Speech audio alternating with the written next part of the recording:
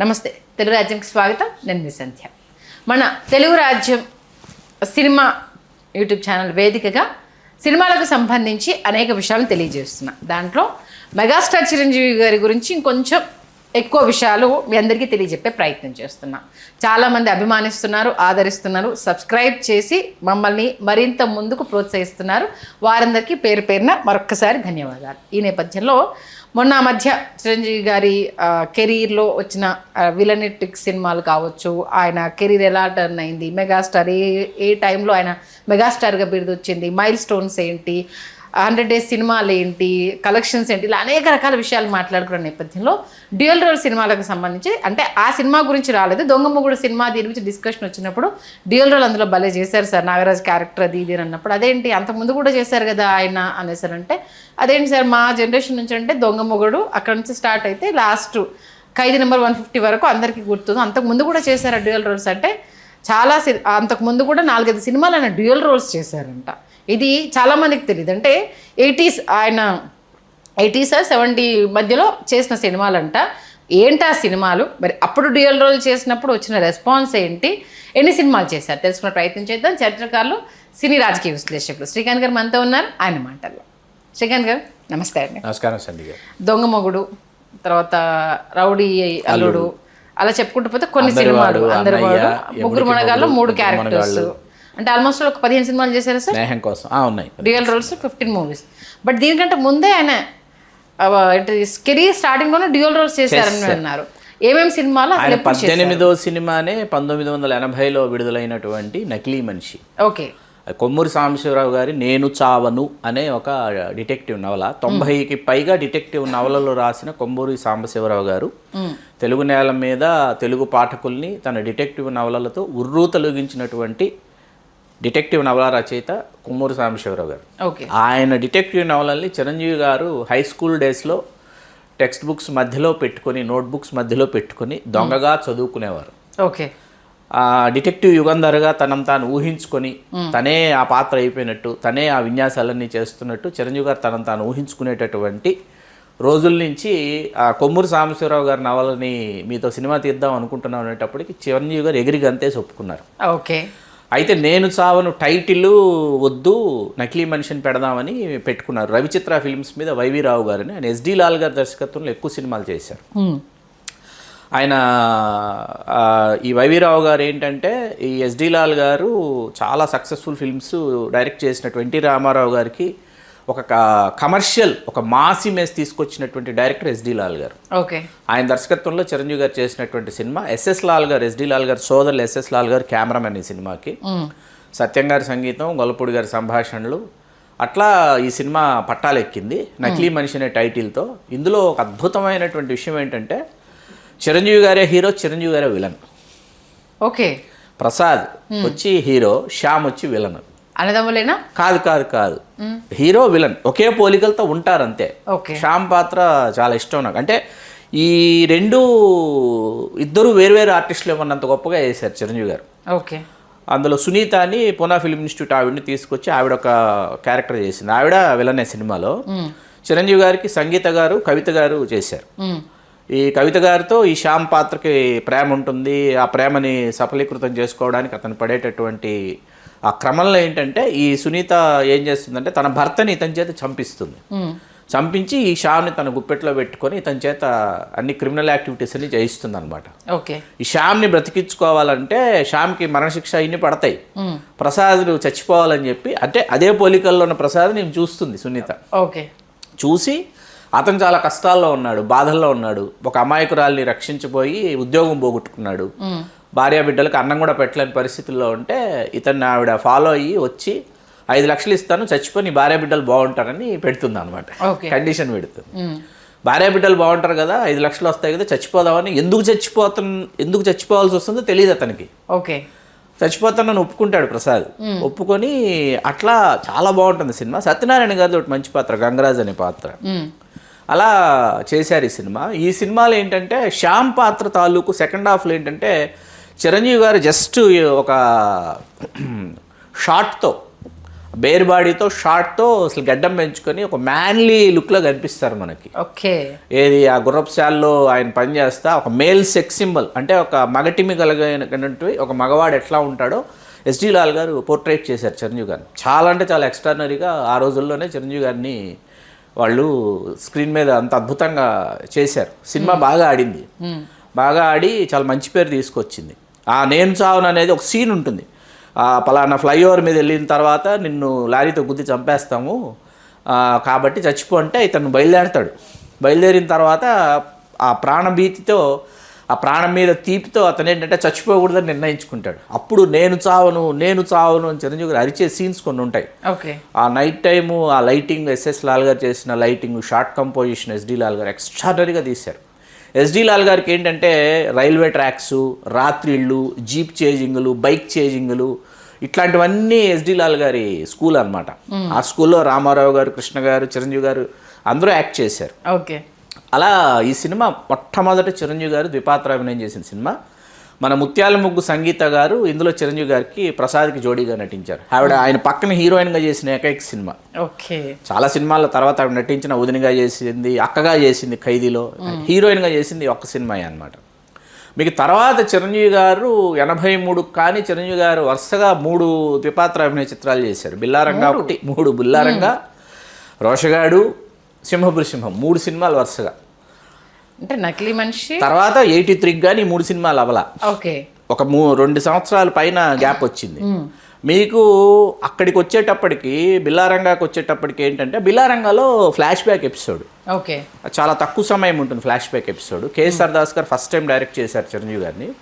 పింజల నాగేశ్వరరావు గారిని PNR pictures అంటారు. ఆయన చిరంజీవి గారికి 3 సూపర్ హిట్లు ఇచ్చాడండి ఆయన.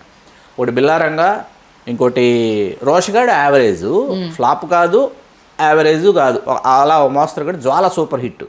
పిఎన్ఆర్ పిక్చర్స్ 3 సినిమాలు మంచి సినిమాలు చిరంజీవి గారితో చేశారు. 3ఇంట్లో చిరంజీవి గారు డ్యూయల్ రోల్ చేయడం ఒక విశేషం. పిఎన్ఆర్ పిక్చర్స్ చేసిన సినిమాలో వరుసగా కేఎస్ఆర్ దాస్ గారు 2 సినిమాలు. బిల్లారంగా చూసి అందులో flash back episode. Billaranga Chiranjeevi గారు, మోహన్ బాబు గారు అప్పట్లో ముంబైని గడగడలాడించినటువంటి గజ దొంగలు బిల్లారంగా. ఓకే. ఆ బిల్లారంగాల పేర్లు పెట్టి ఆ బిల్లారంగా ఒకడు ఏమో పోలీస్ ఆఫీసర్ కొడుకు, ఇంకోరేమో గారడీ వాడిని కొడుకు అని చెప్పి వాళ్ళు కలిసి మెయిన్ విలన్ ఎవరైతే ఉంటారో కన్నడ ప్రభాకర్ని అంతమొందించడమే కథ అనమాట. కన్నడ ప్రభాకర్ అండి ఆ ఇయర్ వరుసగా ఏంటంటే 81, 82, 83 టైంలో చిరంజీవి గారికి చట్టానికి కళ్ళు లేవు, ఈ బిల్లారంగా, రోషగాడు వరుసగా కన్నడ ప్రభాకర్ చిరంజీవి గారిని ఫేస్ చేసేటటువంటి ఒక మెయిన్ విలన్గా అవతరించిన టైం అనమాట. ఓకే. చిరంజీవి గారికి ఇప్పుడు రావుగోపాలరావు గారు చిరంజీవి గారిని తిరిగి కొడితే పెద్ద బాగోదు ఆయన ఏజ్ గ్రూప్కి. వాళ్ళిద్దరు ఎంతసేపు మాటల గారడీలు, డైలాగులు, ఒకరి మీద ఒకరు పంచులు ఇసురుకొని ఫైనల్గా క్లైమాక్స్ ఫైట్లో చిరంజీవి గారు రావుగోపాలరావు గారు చంపేస్తే బాగుంటుంది. కానీ పోటాపోటీగా డి అని ఫైట్ చేయాలంటే అంత పర్సనాలిటీ ఉండాలి, ఆ ఏజ్ గ్రూప్స్ మ్యాచ్ అవ్వాలి. దానికి కన్నడ ప్రభాకర్ గారు భలే మ్యాచ్ అయ్యేవారు ఆ టైంలో. అట్లా బిల్లారంగంలో రవిరాజ క్యారెక్టర్ పేరు కన్నడ ప్రభాకర్ ఇంకా గుర్తుంది. ఆ సినిమా చాలా బాగా ఆడింది. బిల్లారంగ బాగా ఆడిన తర్వాత శ్యామల గౌరి గారు చిరంజీవి గారు పక్కన చేశారు. బాగా ఆడిన తర్వాత రోషగాడు అండి. రోషగాడికి వచ్చేటప్పటికి ఏమైందంటే చాలా అత్యంత ఆసక్తికరమైన విషయం ఏంటంటే నేను రోషగాడు థియేటర్లో చూడలేకపోయాను మా చైల్డ్హుడ్ డేస్లో. ఓకే. బీసీ సెంటర్లో చాలా బాగా ఆడిందండి సినిమా. ఏ సెంటర్స్లో పెర్ఫామ్ చేయలేదు కానీ బీసీ సెంటర్స్లో చాలా బాగా ఆడింది సినిమా. ఆడిన సినిమా ఏమైందంటే మాకు ఎగ్జామ్స్ ఉండటం ఏదో మిస్ అయింది. తర్వాత నేను టీవీలో చూశాను, టీవీలో కదా తర్వాత సెకండ్ రన్ వచ్చింది సినిమా. మా పంచరత్న టాకీస్లోనే వచ్చింది సెకండ్ రన్. వస్తే ఓ రోజు మార్నింగ్ షోకి వెళ్ళి ఈ సినిమా మనం అప్పుడు ఫస్ట్ రన్ చూడలేదు కదా, వెళ్ళి పొద్దున్న కూర్చున్నాం అనమాట. కూర్చొని చూస్తుంటే ఎక్కడో చూసినట్టుంది సినిమా. ఈ సినిమా ఎక్కడో చూసాము, దాన్ని మళ్ళీ హీరో వేరే. ఇక్కడ మనం చిరంజీవి గారి హీరోగా ఈ సినిమా చూస్తున్నాం అనుకున్న తర్వాత ఏంటంటే కేఎస్ఆర్ దాస్ గారు 80sలో 79 ఆ టైంలో ఆయన అమితాబ్ బచ్చన్ గారి డాన్ సినిమా తెలుగులో రీమేక్ చేశారు కేఎస్ఆర్ దాస్ గారి డైరెక్షన్లో గజలక్ష్మి ఫిలిమ్స్ యుగంధర్. ఇళరాజా గారు తెలుగులో చేసినటువంటి తొలి సినిమాలలో యుగంధర్ ఒకటి. రామారావు గారికి ఏకైక సినిమా ఇళయరాజా గారు. ఒకే సినిమా చేశారు. అంటే తమిళ్లో ఇళయరాజా గారు కాబట్టి అక్కడ బిల్లా, ఇది రజనీకాంత్ బిల్లా. అదే బిల్లా తెలుసు కదా మీకు, ప్రభాస్ బిల్లా. అదే యుగంధర్ చేశారు కేఎస్ఆర్ దాస్ గారు. చేసి ఆయనకి తనివి తీరలా, ఈ యుగంధర్ సబ్జెక్టు మళ్ళీ ఇంకోసారి తీయాలి నేను ఎలాగైనా ఉంది ఆయనకు పాపం. చూస్తుంటే ఎంఆర్ఎన్ ప్రసాదరావు గారు ఒక ఆయన క్రైమ్ కథలు రాసేవారు ఆయన సినిమాలకి. ఆయన పేరు వేసిన పరశురు బ్రదర్స్ సంభాషణలు రాసిన అదే సత్యం గారి సంగీతం, తర్వాత ఎస్ఎస్ లాల్ గారి కెమెరా, కబీర్ లాల్ గారు కూడా పనిచేశారు ఆ సినిమాకి. చూస్తుంటే దీనికి కబీర్ లాల్ గారు చేశారు, నకిలీ మనిషి కూడా కబీర్ లాల్ గారు ఎస్ఎస్ లాల్ గారి దగ్గర చేస్తారు, ఆయన కుమారుడే కదా.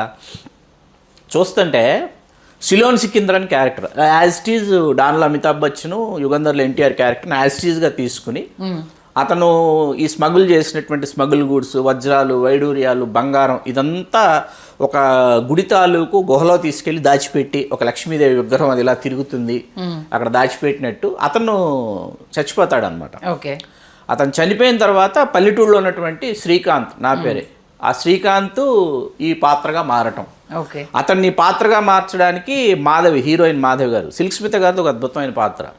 ఆవిడని వ్యాంప్ వ్యాంప్ వ్యాంప్ అనుకుంటాం సినిమా అయిపోయేంత వరకు. ఆవిడ సిఐడి ఆఫీసర్, చాలా బాగుంటుంది ఆవిడ క్యారెక్టర్. చాలా అంటే ఆవిడే జీప్ డ్రైవ్ చేసుకుని రావడం, ఆవిడే ఫైట్స్ చేయడం. విజయ్ అని ఫైట్ మాస్టర్ చేశారు, ఎడిటింగ్ రామ్మోహన్ రావు గారు. ఓకే. ఈ సినిమాలో మామూలుగా ఒక యాక్షన్ సినిమాలు ఎన్ని ఫైట్లు ఉంటాయని మీరు అనుకుంటున్నారు? 16 ఫైట్లు ఉన్నాయి ఈ సినిమాలో. నార్మల్గా ఎన్ని ఉంటాయి సినిమాలో ఫైట్? నార్మల్గా 5-6 ఫైట్లు, ఫస్ట్ హాఫ్ 3 ఫైట్లు, సెకండ్ హాఫ్ 3 ఫైట్లు అనుకుంటే చాలా పెద్ద ఎక్కువ ఫైట్లు ఉన్న సినిమా కింద లెక్క. ఓకే. ఒక 16 ఫైట్లు, ఏది కార్ చేజు, బైక్ చేజు, హార్స్ చేజ్, ఒకటి కాదనమాట. ఎన్ని చేజింగ్లు ఉన్నాయి అన్ని చేజింగ్లు పెట్టి కేసీఆర్ దాస్ గారు ఎన్ని రకాల ఫైట్స్ ఉన్నాయి అన్ని రకాల ఫైట్స్ పెట్టి. సెకండ్ హాఫ్ నాకు చాలా ఇంట్రెస్టింగ్ అనిపించిన ఎపిసోడ్ ఏంటంటే, అది ఒకసారి అది చెప్పే ముందు 2002 చిరంజీవి గారి ఇంద్రా విడుదలైన సమయం, బర్త్డే వచ్చింది. చిరంజీవి గారి బర్త్డే సెలబ్రేషన్స్ చేస్తున్నాం శిల్పకళా వేదికలో, ఫస్ట్ టైం చేస్తున్నాం చిరంజీవి గారి బర్త్డే. చిరంజీవి గారికి సంబంధించి కొన్ని పాత పాటలు, పాత ఫైట్స్ వెయ్యాలి స్క్రీన్ మీద అని ఫిక్స్ అయ్యాను నేను. ఓకే. దాంట్లో భాగంగా వేశాం.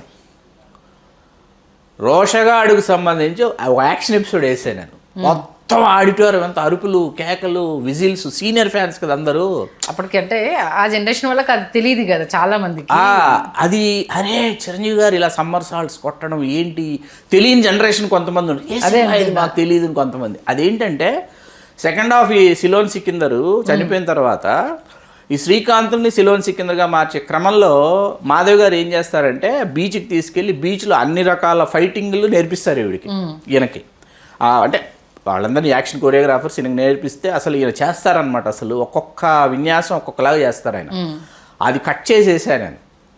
అది అసలు సినిమాలో చూస్తుంటే అసలు మనకు చాలామందికి తెలియని విషయం ఏంటంటే, సరిగ్గా ఆడని చిరంజీవి గారి సినిమాలు కూడా ఒకసారి చూస్తే అధ్యయనం చేస్తే ఈ సినిమా ఆడుతుందా, ఆడదా, నచ్చుతుందా, నచ్చదా ఇవన్నీ పక్కన పెడితే ఒక హీరో ఏంటంటే తన భుజస్కంధాల మీద ఆ బాధ్యతని మోస్తూ నేను అన్ని రకాలుగా ప్రేక్షకుల్ని సంతృప్తుల్ని చెయ్యాలనేటటువంటి క్రమంలోనే కృషి చేయాలి. అవును. అందుకని చిరంజీవి గారు మెగాస్టార్ అయ్యారు.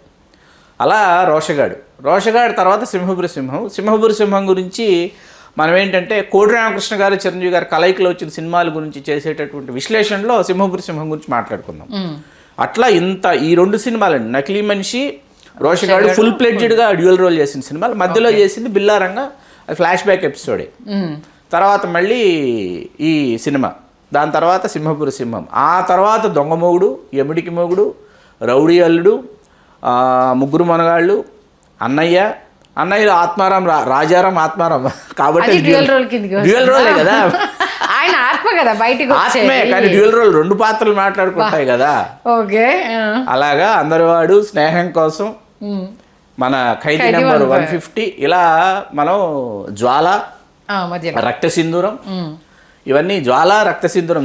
మనం రవిరాజ గారి సినిమాల్లో మాట్లాడుకోవాలి, రక్త సింధూరం నవలా సినిమాల్లో, కోదండరామిరెడ్డి గారి సినిమాల్లో మాట్లాడుకుందాం. ఇన్ని సినిమాల్లో ఆయన ద్విపాత్ర అభినయం చేసి ప్రేక్షకుల్ని అలరించి, మురిపించి, మైమరిపించి. అది నేను అంటే మీరు చెప్పిన డ్యూయల్ సినిమాలన్నీ చూశాను థియేటర్లో. మీ అదృష్టం మాకు రాలేదు, అప్పటికి థియేటర్లో అవి అయిపోయాయి కాబట్టి టీవీలో అమ్మమ్మతో నాన్నతో కలిసి కూర్చొని నకిలీ మనిషి, రోషగాడు దీంట్లో డ్యూయల్ రోల్ చేశారా చిరంజీవి గారు అంటే ఇప్పుడు వెళ్ళి సెర్చ్ చేయాలి సీరియస్గా. అంటే మా జనరేషన్ వాళ్ళకి బిఫోర్ సినిమాలని అంటే నేను అమ్మో ఇన్ని మిస్ అయ్యానా నేను చిరంజీవి గారివి అనేసి అనిపించింది ఒకటేసారి. అంటే బ్లాక్ అండ్ వైట్లో, అంటే ఆయన ఎన్టీఆర్ గారితో స్టార్టింగ్ లో చేసిన కలర్ సినిమాలు అవన్నీ చూసి బ్లాక్ అండ్ వైట్ సినిమాలు ఇవి, ఇది కథ కాదు అవి బ్లాక్ అండ్ వైట్ సినిమాల్లో ఆయన చూశాను సినిమాలు కొన్ని, ఇది కథ కాదు కావచ్చు ఇవి చూశాను. ఇప్పుడు మీరు చెప్తుంటే 4 సినిమాలు నేను మిస్ అయ్యాను, ఇందులో డ్యూయల్ రోల్స్ ఉన్నాయి, ఇవి నేను చూడలేదు అనేసి నాకు అనిపిస్తుంది నిజంగా. అంటే ఇవాళ లెక్క కూర్చొని ప్రకారం చూసినా ఇంకెన్ని బాగుంటాయి. సినిమాలు మిస్ అయ్యాయి. ఇవాళ కూర్చొని చూసినా బిల్లారంగా బాగుంటుంది, ఫ్లాప్ అయిన సింహపురి సింహం నాకు బాగుంటుంది. తెలుసు అంటే అప్పుడు బెల్ పాయింట్స్, అవును, bell bottom pant, crop, hippie ring జుట్టుతోటి ఆ టైప్ ఆ లుక్ లో ఉండొచ్చు ఉంటారు. ఓకే, అదే ఆ లుక్కే చిరంజీవి గారు. దాంట్లో నిజంగా అండి నకిలీ మనిషిలో చిరంజీవి గారిని ఎస్డి లాల్ గారు ఊహించిన తీరు. ఎందుకంటే నేను ఒక షార్ట్ వేసేసి ఒక టైట్ బెల్ట్ పెట్టేసి షూ వేసేసి గడ్డ ఉంటుంది, అసలు అలా వదిలేశారు చిరంజీవి గారిని. ఓకే, ఎలా ఉంటారంటే అసలు అనుకున్న అసలు ఎంతమంది మహిళాభిమానులు ఉర్రూతులుగింటారో ఈ పాత్రలో చిరంజీవి గారిని చూసుకుని శ్యామ్ పాత్రలో అని అనిపిస్తుంది అనమాట. ఊరికే కారండి, ఎవరు ఊరికే స్టార్ బైక్ సంబంధించి విన్యాసాలకు సంబంధించి అది నకిలీ మనిషి అండి. ఓకే, నకిలీ మనిషిలో ఏంటంటే మీర్ గారు వచ్చేసి ఎస్డి లాల్ గారు అబ్బాయి. మీర్ గారు ఖాళీగా ఉన్న రోజుల్లో నకిలీ మనిషి షూటింగ్కి వచ్చేవాడు. ఆయన షూటింగ్కి వస్తే ఆయన చాలా టాల్గా ఉంటారు మీర్ గారు. ఆయన మనకు తెలుగు రాజ్యానికి ఇంటర్వ్యూ ఇవ్వబోతున్నారు. మీర్ గారు ఏంటంటే టాల్గా ఉన్నాను కదా అని చెప్పేసి వెనక సీట్లో కూర్చుని డ్రైవ్ చేసేవారంట. ఇలా చూశారంట చిరంజీవి గారు. చూసి ఆ బైక్ని తీసుకొస్తే బుల్లెట్ తీసుకొస్తే ఏంటంటే చిరంజీవి గారు కూడా అదే ట్రై చేశారంట. అలా ట్రై చేసి అది స్టైలిష్ ఇలా కూర్చున్నట్టు అది చాలా స్టైలిష్గా అనిపించిందంట. అలా చిరంజీవి గారు ఏంటంటే ఆ చిరంజీవి గారిలో ఉన్న పరిశీలన శక్తి, ఆయన ఏంటంటే అందరినీ పరిశీలిస్తుంటారు. ఆ పరిశీలించి ఇది మేనరిజంగా ఉపయోగపడుతుందా, తర్వాత స్లాంగ్స్ ఇట్లా మాట్లాడితే ఈ స్లాంగ్ ఖచ్చితంగా నచ్చుతుందా అని పరిశీలన శక్తి గురించి ఒకసారి విజయబాబు నాయుడు గారు చెప్పారు. విజయబాబు నాయుడు గారు మొట్టమొదటిసారి చిరంజీవి గారికి పరిచయం చేయడానికి మురళీమోహన్ గారు తీసుకెళ్లి వాళ్ళ ఇంటి దగ్గర డ్రాప్ చేసి వెళ్ళిన తర్వాత విజయబాబు నాయుడు గారు చూడగానే చిరంజీవి గారు అన్నారంట, ఐబ్రోస్ చాలా థిక్గా ఉన్నాయి మీవి, ఈ ఐబ్రోసే కదా మీ బొట్టుకాటుకు సినిమాలో నూతన్ ప్రసాద్ గారికి అందుకే కదా ఇలాంటి ఐబ్రోస్ పెట్టించారన్నారంట. విజయబాబు నాయుడు గారు ఆశ్చర్యపోయారంట. అదేం పరిశీలన శక్తి అండి చిరంజీవి గారికి. అట్లా చిరంజీవి గారిలో ఒక ఆ పరిశీలన అనేది ఏంటంటే ఆయన పరిశీలించకుండా ఆయన తన పనేదో తాను చేసుకుని వెళ్తున్నట్టు కనిపిస్తారు, కానీ చాలా అధ్యయనం ఉంటుందండి. అధ్యయనం ఉంటుంది. ఆ తర్వాత అధ్యయనం తర్వాత ఆయన చేసేటటువంటి కృషి మనకు ఆ మధ్య ఒకసారి గుండుతో కనిపించాలని మేకప్ చేసుకుని ఒక వీడియో రిలీజ్ చేశారు. అలా తన మీద తను చాలా ప్రయోగాలు చేసుకుంటారు. చంటబ్బాయి సినిమాలో బిస్మేరీ కోసం మీసం తీసేయాలంటే ఆయన ఆలోచించకుండా మీసం తీసేశారు. అప్పుడు ఆ సెట్లో అందరితో చేయించారంట కదా. అది తీసేసి ఆ మీసం ఆయన తీసేయడం అనేది నేను తీయను అని చెప్పచ్చు. వాస్తవానికి కొంతమంది మగవాళ్ళకి ఏంటంటే మీసం అందం అండి. అవును, అది తీసేస్తే చూడలేం మనం. అయినా కూడా చిరంజీవి గారు ఏంటంటే మీసం తీసేసి జంధ్యాల కోరుకుంటున్నాడు నన్ను మిస్మేరీగా చూపించాలని, కాబట్టి నేను మీసం తీసేసి తర్వాత బాడీ లాంగ్వేజ్ చిరంజీవి గారు చంటబ్బాయి లేని బాడీ లాంగ్వేజ్ ఆ మిస్మేరీ నడుచుకుంటూ వస్తారు. గౌన్ వైట్ ఫ్రిల్ గౌన్ నడుచుకుంటా రావటం అనేది ఆయన అలాగే ఇంటికి వెళ్ళారంట సాయంత్రం. ఆ రోజు ఎవరి కొత్త ఆంటీని అడిగారంట పిల్లలు, సురేఖ గారిని, ఎవరు మమ్మీ కొత్త ఆంటీ? ఆయన నోరు తెరవకుండా మాట్లాడకుండా గుర్తుపడతారు లేదని ఇంటికి ఈ కొత్త అంటే ఎవరు మమ్మీని అడిగారంట సుస్మిత గారును రామచారిను. అట్లాగా ఇట్లాంటివన్నీ అద్భుతాలన్నీ చేసేవారు చిరంజీవి గారు. ఆయన మనం చాలామంది ఏంటంటే ఇంద్రా దగ్గర నుంచి కొంతమంది మాట్లాడతారండి చిరంజీవి గారి గురించి. అంటే ఆ ఏజ్ గ్రూప్ వాళ్ళకి ఇంద్రా దగ్గర నుంచే తెలుసు. అల్లు శిరీష్ గారు ఉన్నారు అనుకోండి, శిరీష్ బాబు, ఆయన జగదేగుడు అతిలోక సుందర్ నుంచే తెలుసు చిరంజీవి గారు. ఆయన 90 నుంచి ఆ 2-3 ఏళ్ళు ఆయనకి ఆయన ఏజ్ గ్రూప్కి ఆయన ఓ తెలిసేటప్పుడు జగదేగుడు అతిలోక సుందర్ అదే మాట్లాడతాడు ఆయన. సార్ జగదేగుడు అతిలోక సుందర్లో ఆయన మాట్లాడతాడు అనమాట. అంతకుముందు సినిమాల గురించి మనం మాట్లాడితే వింటా ఉంటాడు, తెలియదు. మధ్యలో సినిమా టీవీలో వస్తుంటే చూసి ఓహో ఇది ఇంత అద్భుతంగా చేశారా. అట్లా చిరంజీవి గారిని స్టడీ చేయాలండి. కల్చరల్ స్టడీ, సాంస్కృతిక అధ్యయనం. నటులు కావాలనుకున్న వాళ్ళు, అట్లాగే సాంకేతిక నిపుణులు, దర్శకులు కావాలనుకున్న వాళ్ళు, కథా రచయితలు ఏంటంటే వీటిని అధ్యయనం చేసి వాళ్ళు కొత్త చిరంజీవి గారిని ఇప్పుడు మీకెవరో ప్రశ్నలు పంపించారు. ఏంటది అప్పటి చిరంజీవిని, రెట్రో చిరంజీవిని ఏదో మీరు అడిగారు నిన్న మన మధ్య చర్చకు వచ్చింది. అసలు ఎందుకు రెట్రో చిరంజీవిని ఎందుకు చూపించాలి ఇప్పుడు? వాళ్ళ కింద నేను అడుగుతున్నా, వాళ్ళు కింద కామెంట్స్. మీకు ఒక క్వశ్చన్ వస్తే మీరు దాని గురించి నాతో అన్నారు, అప్పటి చిరంజీవిని చూపించాలి ఏదో పెట్టారు అన్నారు. ఎందుకు చూపించాలి అప్పటి చిరంజీవిని? అయిపోయింది ఇప్పుడు నాకు నా 20 ఏళ్ల వయసులో నేను ఎలా ఉన్నానో నాకు తెలుసండి. నాకు 30 ఏళ్ళు 34 ఏళ్ళు ఉన్నప్పుడు నేను ఎలాగ ఉన్నానో నాకు తెలుసు, 50 ఏళ్ళు వచ్చినప్పుడు ఎలా ఉన్నానో నాకు తెలుసు. నేను మీరు 20 ఏళ్లలో అండి అప్పుడండి అని అంటారనమాట. నాకు అర్థం కాదు, అయిపోయింది, ఇట్స్ ఓవర్, అంతే కదా. ఇప్పుడు ఎందుకు ఇప్పుడు ఆ చిరంజీవి గారిని ఎందుకు చూపించాలి? కొత్త చిరంజీవిని చూపిద్దాం. కొత్త చిరంజీవిని చూపించాలంటే పాత చిరంజీవి ఏం చేశాడో తెలుసుకుని కొత్త చిరంజీవిని ఎంత కొత్తగా చూపించాలో రాయమని రచయితలకు చెప్తున్నాం, తీయమని దర్శకులకు చెప్తున్నాం. ఎందుకంటే ఆయన ఒదిగిపోవడానికి సిద్ధంగా ఉన్నారు. మనశంకర వరప్రసాద్ తోటే క్లియర్గా అర్థమైపోయింది ఆయన ఒక్కొక్క అంటే మోడ్యులేషన్ అనేది దాంట్లో. అంటే అనిల్ రావిపూడి గారు చాలామంది ఏం చెప్పి ఒప్పించారో తెలియదు, కానీ చిరంజీవి గారు అంతలా ఒదిగిపోయి అంటే క్యారెక్టర్కి సంబంధించి ఈయన జనాలు ఇంకా రిసీవ్ చేసుకోవడానికి సిద్ధంగా ఉన్నారన్న చూపించిన విధానాన్ని అంటే అనిల్ రావిపూడి గారు ఒక మేలు చేశారు, ఒక కీడు చేశారండి. మనశంకర వరప్రసాద్ ఈవేళ కనీవినెరుగని వసూళ్లు సాధించేసింది, ఒక వర్గం ప్రేక్షకులను విపరీతంగా ఆకట్టుకుంది. మామూలుగా రెగ్యులర్ రొటకొట్టుడు తెలుగు సినిమాలు చూడాలనుకున్న వాళ్ళకి నచ్చేసింది. దాని గురించి నేను మాట్లాడదలుచుకోవాలి. నేను 4 సార్లు చూశాను, 5 సార్లు చూశాను, 6 సార్లు చూశాను, ఆ చిరంజీవి గారి కోసం చూశాను, గోడ బద్దలు కొట్టిన చిరంజీవి గారి కోసం చూశాను. కాసేపు పక్కన పెడదాం. చిరంజీవి గారిని ఎప్పుడు అనుకరించకూడదు, అనుసరించకూడదు. ఓకే, ఆయనే దిస్ ఈజ్ వ్యాలిడ్ పాయింట్. ఇదే రైటర్స్కి చెప్తున్నాం, ఇదే డైరెక్టర్స్ చెప్తున్నాం. ఇప్పుడు డాక్టర్ ఎన్ గోపి గారిని మన తెలుగు విశ్వవిద్యాలయం వీసీగా చేశారు. చాలా గొప్ప కవి, గొప్ప రచయిత. ఆయన ఒక మాట చెప్తారు, కుండ బద్దలైందా కుమిలిపోకు, మట్టి మరో రూపం కోసం సిద్ధమవుతోంది అంటాడు ఆయన. అర్థమవుతుందా? అంతే కదా. ఇక్కడ మరో రూపం కోసం ఆయన సిద్ధం చెయ్యండి. ఆయన సిద్ధంగా ఉన్నారు మరో రూపం కోసం సిద్ధం కావడానికి. మీరు సిద్ధం చేయాలి, ఆయన్ని మీరు తయారు చేయాలి. అది ఓకే. మొత్తానికి నకిలీ మనిషి రోషగాడు అంటూ 80s అలా తీసుకెళ్ళి మళ్ళీ ఆయన రింగుల జుట్టు, బెల్ బాటమ్ ప్యాంటు అవన్నీ గురించి మరొకసారి కళ్ళ ముందు అలా చూపించేశారు సార్. ఎందుకంటే మన వీడియోస్ చూసాక చాలా మంది ఆ ఓల్డ్ వీడియోస్ లోకి వెళ్ళి యూట్యూబ్ లో సెర్చ్ చేసి సినిమా చూస్తున్నారు. మన కామెంట్స్ రూపంలో మీరు చెప్పాక చూస్తాను సార్. మీరు చెప్పాక చూస్తే నిజంగా అరే ఏం మిస్ అయ్యామా అనేసి హ్యాపీ అని. కొంతమంది మన డిస్కషన్ లో టైం తో సహా పెడుతున్నారు, పలానా ఈ టైం దగ్గర ఇది మాట్లాడారు మీరు, సెకండ్స్ తో సహా పెడుతున్నారు. కాబట్టి దాన్ని మేము రికలెక్ట్ చేసుకోవడానికి సినిమా చూసామని చెప్తున్నారు. దాంతోపాటు నేను ఇన్వాల్వ్ అవుతుంటే కొంచెం తట్టుకోలేకపోతున్నాను. నాకు అది కూడా కొంచెం బాధ అనిపిస్తుంది.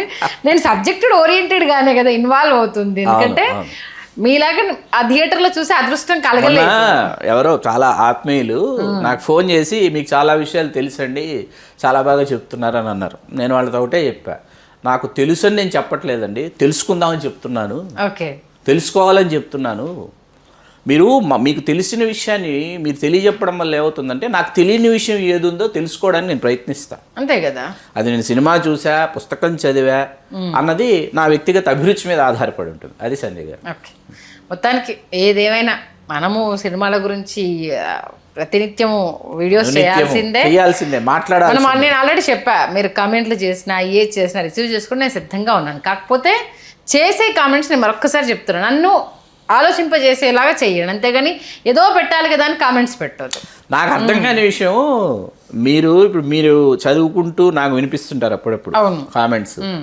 తర్వాత ఇంట్లో మా మిసెస్ కామెంట్స్ చదువుతారు, చదివి తను నాతో మాట్లాడుతూ ఉంటుంది. నేను బ్రేక్ఫాస్ట్ చేస్తున్నప్పుడు, లంచ్ చేస్తున్నప్పుడు చెప్తూ ఉంటుంది కామెంట్స్. నాకు ఒక్కటే విషయం, నాకేంటంటే నాకు 24 గంటలు నాకు సరిపోవట్లేదు, నేను చాలా బాధపడుతున్నా. ఎందుకు, నేను చదవాల్సిన పుస్తకాలు ఉన్నాయి, చదివిన పుస్తకాలు, నేను మరొకసారి చదవాలనుకుంటున్న పుస్తకాలు ఉన్నాయి, కొనాలనుకుంటున్న పుస్తకాలు ఉన్నాయి, కానుకగా ఇవ్వాలనుకుంటున్న పుస్తకాలు ఉన్నాయి, చూడాల్సిన సినిమాలు ఉన్నాయి, వినాల్సిన సంగీతం. 1000 సినిమాలకు పైగా సంగీత దర్శకత్వం వహించిన ఇళయరాజా గారి సినిమాల్లో పాటలు వినాలనే కోరిక నాకు కోవిడ్లో తీర్చుకున్నా. ఇట్లా కొన్ని కోరికలు ఉన్నాయండి. ఇవన్నీ ఏంటి, వ్యసనాలే ఇవి. నాకున్నటువంటి వ్యసనాలు ఇవన్నీ. పని లేకుండా, పని పాట లేకుండా కాలక్షేపం చేసుకుంటూ కింద ఇటువంటి కువిమర్శలు చేసేటటువంటి వాళ్ళు ఈ సమాజంలో ఎంతమంది ఉన్నారా అని అనిపిస్తుంది ఆ కామెంట్స్ వస్తుంటే. అంటే ఈ సందర్భంగా ఇది మనం చెప్పొచ్చో చెప్పడం నాకు తెలియదు, కానీ వంశీ గారు నా గురించి చెప్పిన కాంప్లిమెంట్ మీరు కెమెరా ముఖంగా చెప్పాలి సార్, సీరియస్లీ. ఎందుకంటే వీడియోస్ చూసి ఆయన ఫోన్ చేసినప్పుడు మీ గురించి ఎంత బాగా చెప్పారు, నా గురించి కూడా కాంప్లిమెంట్ ఇచ్చారు. ప్రసిద్ధ దర్శకులు, నేను అభిమానించే దర్శకులు, మీరు అభిమానించే దర్శకులు, రచయిత వంశీ గారు, ఆవిడ చాలా బాగా మాట్లాడుతున్నారు, మీతో సరిసమానంగా ఆవిడ పోటీపడి ప్రశ్నలు వేస్తున్నారు శ్రీకాంత్ గారు అని చెప్పి ఆయన అభినందించారు సంధ్య గారిని. ఈ వీడియో కూడా వంశీ గారు చూస్తారని నాకు తెలుసు, మన వీడియోలు చూస్తున్నారు వంశీ. కాబట్టి అందుకే నేనేమంటున్నా, సబ్జెక్ట్ తెలియకుండా మాట్లాడినా కామెంట్ చేయండి, అమ్మా ఇది నువ్వు తెలుసుకోలేదు కాబట్టి ఇది. సోది ఎక్కువ అవుతుంది, ఇంట్రాప్ట్ టైప్. అంటే ఆయన చెప్తూ ఉంటే ఊ కొడుతుంటే అవునా నిజమా అనేసి నువ్వు కొడుతుంటే ఇక్కడ నేను మరొక విషయం కూడా స్పష్టం చేయదలుచుకున్నా. మొదట్లో మీరేంటంటే నేను చెప్తున్నప్పుడు వింటూ ఉండేవారు. అవును, నేనేమన్నానంటే ఏమండి మీరు సమాధానాల నుంచి ప్రశ్న తీసుకుని మీరు ఇన్వాల్వ్ అయ్యి ఒక్కొక్కసారి అటాక్ చేస్తే నా దగ్గర నుంచి మోర్ ఇన్ఫర్మేషన్ వస్తుందని నేను మీతో చెప్పడం వల్ల మీరు అది ఇంటరాక్ట్ అవుతున్నారు. కాకపోయినా సార్ ఇప్పుడు థియేటర్ లో చూడకపోయినా టీవీలో చూసాను. చూశారు. చెడ్డబ్బాయి సినిమా అప్పటికి ఫ్లాప్ అని తెలియదు, ఎందుకంటే అప్పుడు నేను రిలీజ్ చెప్పేందుకు అయిపోయి తెలియదు మీకు తెలియదు flop అని. నిజంగానే. ఎందుకంటే Commercial గా flop అని. మాకు అప్పటికి ఇట్లు ఫ్లాప్ లకు సంబంధించి సంబంధం టీవీ అతీతం. అనే దాని మీద ఇది చూడనీయకుండా ఉన్నది. ఎందుకంటే 90s నుంచి టీవీ అనేది ఉధృతంగా రావడము, అప్పటికి పక్కిళ్ళల్లో చూడడము, వాళ్ళు చూస్తూ ఉంటే మనకి ఇంట్లో ఎందుకు ఉండొద్దు అనేసి అప్పుడు స్టార్ట్ అయిన జనరేషన్ నుంచి వచ్చింది. నేను వచ్చింది దాన్ని మీరు చెప్తూ ఉంటే నిన్న టీవీలో చూసినప్పుడు అప్పుడు అనుభూతి చెందింది, మీతో నేను షేర్ చేసుకుంటున్నాను. దాంట్లో తప్పే ఉంది, నాకు అర్థం కాని విషయం. నాకు తెలిసిన డౌట్ మీ ముందు నేను ఎక్స్ప్రెస్ చేస్తున్నాను. దాంట్లో ఈమె ఎందుకు దూరుతుంది, ఆయన ఎందుకు మాట్లాడనివ్వట్లేదు అనేసి అంటే ఏకపక్షంగా మీరు మాట్లాడుకుంటూ పోతే ఎక్కడో ఉన్న డౌట్ అది క్లియర్ అవ్వకపోతే ఎలా? నాకు కూడా తెలియాలి కదా, ఇది నేను ఇప్పటి నుంచి అనుకుంది ఫ్లాప్ అని అంటే ఈమెకి ఇది ఫ్లాప్ కూడా తెలియదు, ఈమె చేస్తుంది అని అంటే అభిమానించే వాళ్ళ సినిమాల గురించి ఇట్లా చాలా మందికి ఒక విషయం తెలియదు. ఏంటో తెలుసా మీకు, ఎవరైనా చిరంజీవి గారి చర్చ మా ఇంట్లోనో ఎప్పుడో ఎక్కడో వచ్చినప్పుడు కొంతమంది ఆపద్బాంధవుడు చూడని వాళ్ళు ఉన్నారు. వాళ్ళ కోసం నేను ఏంటంటే ఒకసారి పెడతాను చూడండి, పెట్టి వదిలేస్తా. వాళ్ళకి ఆ సినిమా కమర్షియల్గా ఫ్లాప్ అయిందంటే నమ్మరు. అంతే ఈ సినిమా ఎలా ఫ్లాప్ అయింది అనమాట. అంతే కదా, ఎందుకంటే ఇప్పుడు మీరు సినిమా ప్రపంచంలో ఉన్నారు కాబట్టి అది హిట్టా ఫ్లాఫ్ అనే చూస్తారు. నచ్చిన అభిమాన నటుడిది వచ్చినప్పుడు కొంత మనకు ఊహ తెలిసేంత వరకు దీన్ని ఈ కోణంలో చూస్తారు అనుకునేంత వరకు ప్రతిదీ మనకు అందంగా అద్భుతంగానే కనిపిస్తుంది. అంతే. రాజు గారు తీసిన పౌర్ణమి ఎంత గొప్ప సినిమా అండి, కమర్షియల్ గా ఫ్లాప్ అది ఎంత గొప్ప సినిమా పౌర్ణమి, ఎస్థెటిక్ గా ఆలోచిస్తే. అసలు పాటల పరంగా అది ఎంత సెన్సేషన్, దృశ్యపరంగా చాలా నిజంగా అది ఎందుకు ఫ్లాప్ అయిందంటే సమాధానం ఉండదు. కొన్ని ఎలిమెంట్స్ స్లో నరేషన్ జనాలకు నచ్చలేదు, రిసీవ్ చేసుకోలేదు. కానీ ఇప్పటికీ టీవీలో వస్తే దాన్ని చూసి ఆదరించే వాళ్ళు చాలా మంది ఉన్నారు. మొత్తానికి చిరంజీవి గారి నకిలీ మనిషి రోషగాడు ఆ టైంలో వచ్చిన 4 సినిమాల గురించి అద్భుతంగా విశ్లేషించారు. సింహపురి సింహం గురించి కూడా సినిమాల్లో మాట్లాడదాం. బిల్లా రంగాల్లో ఫ్లాష్ బ్యాక్ ఎపిసోడే కాబట్టి పర్వాలేదు, దాని గురించి తక్కువ మాట్లాడినా పర్వాలేదు. అవి ఏంటంటే హిట్ బాటలోనే ఉండడం అనేది చాలా అంటే సంతోషకరమైన విషయం. చూడలేదు కాబట్టి ఇవాళ సాయంత్రం వెళ్ళి ముందు ఖచ్చితంగా 2 సినిమాలు నేను చూస్తాను. దాని తర్వాత మీరు చెప్పిన కోణాలు ఏమేమి ఉన్నాయి అనేది మళ్ళీ మీతో విశ్లేషిస్తాను. మంచి విశ్లేషణ నుంచే ధన్యవాదాలు శ్రీకాంత్. ధన్యవాదాలు సంధ్య గారు.